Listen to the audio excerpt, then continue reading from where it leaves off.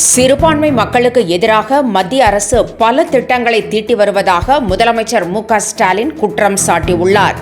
சமத்துவத்தை போற்றுவதுதான் திராவிட மாடல் என்றும் அவர் உறுதிபட தெரிவித்திருக்கிறார். சிறுபான்மையினர் நலப்பிரிவு சார்பில் சென்னை டான்பாஸ்கோ பள்ளியில் நடைபெற்ற கிறிஸ்துமஸ் விழாவில் முதலமைச்சர் கலந்து கொண்டு பேசினார். குடியுரிமை திருத்த சட்டத்திற்கு எதிராக நின்றது திமுக என்றும் அதை ஆதரித்தது அதிமுக என்றும் முதலமைச்சர் விமர்சித்தார்.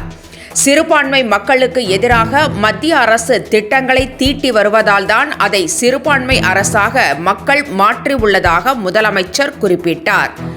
ஆனாலும் பாஜக அரசு திருந்தியதாக தெரியவில்லை என்றும் முதலமைச்சர் விமர்சித்தார்.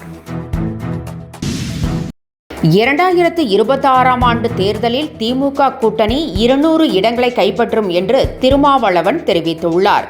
எதிர்க்கட்சிகள் ஓரணியில் இணையும் என்ற நம்பிக்கை இல்லை என்றும் அப்படி அமைத்தாலும் கூட மக்கள் வாக்களிக்க மாட்டார்கள் என்றும் திருமாவளவன் குறிப்பிட்டார். பத்திரப்பதிவு கட்டணம் குறித்த கேள்விக்கு ஏழை மக்கள் பாதிக்காதபடி அது இருக்க வேண்டும் என தெரிவித்தார். பிரபல பேட்மிண்டன் வீராங்கனை பி.வி. சிந்து திருமண வீடியோ வெளியாகியுள்ளது. பி.வி. சிந்து வெங்கட தத்தா சாய் திருமணம் ராஜஸ்தான் மாநிலத்தில் நடைபெற்றது. இதில் மிக குறைந்த அளவிலேயே உறவினர்கள் கலந்து கொண்டனர். திருமணம் தொடர்பான புகைப்படங்கள் வெளியான நிலையில் இன்று திருமண வீடியோ வெளியாகியுள்ளது. திருமணத்திற்கு உறவினர்களும் விருந்தினர்களும் வந்து புதுமண தம்பதியை வாழ்த்தும் காட்சிகள் இடம்பெற்றுள்ள இந்த வீடியோ ரசிகர்கள் மத்தியில் பெரும் வரவேற்பை பெற்றுள்ளது.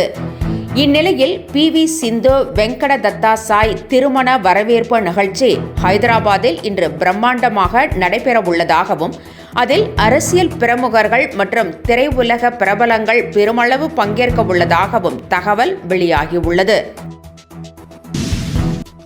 விஜய் சேதுபதி சூரி நடித்து வெற்றிமாறன் இயக்கத்தில் வெளியான விடுதலை 2 திரைப்படம் பெரும் வரவேற்பை பெற்றுள்ள நிலையில் கலவையான விமர்சனங்களும் வெளியாகியுள்ளன. இந்த திரைப்படம் குறித்து பாராட்டு தெரிவித்துள்ள நடிகர் தனுஷ், திரைப்படம் மிகவும் சிறப்பாக இருப்பதாகவும் முதல் ஷாட்டிலிருந்து கடைசி வரை அனைத்துமே அற்புதமாக உள்ளது என்றும் குறிப்பிட்டுள்ளார்.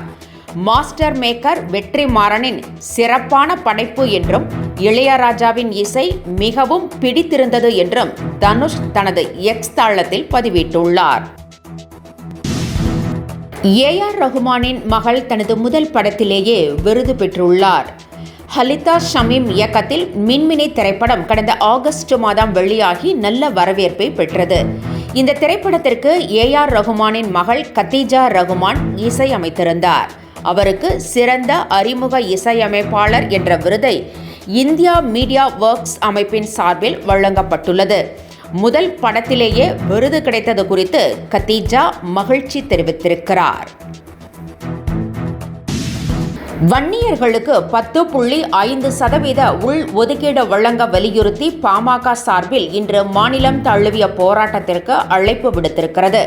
வன்னியர்களுக்கு உள் ஒதுக்கீடு கண்டிப்பாக வழங்கப்படும் என முதலமைச்சர் அறிவித்த போதிலும் அதை நிறைவேற்றவில்லை என ராமதாஸ் குற்றம் சாட்டி வருகிறார்.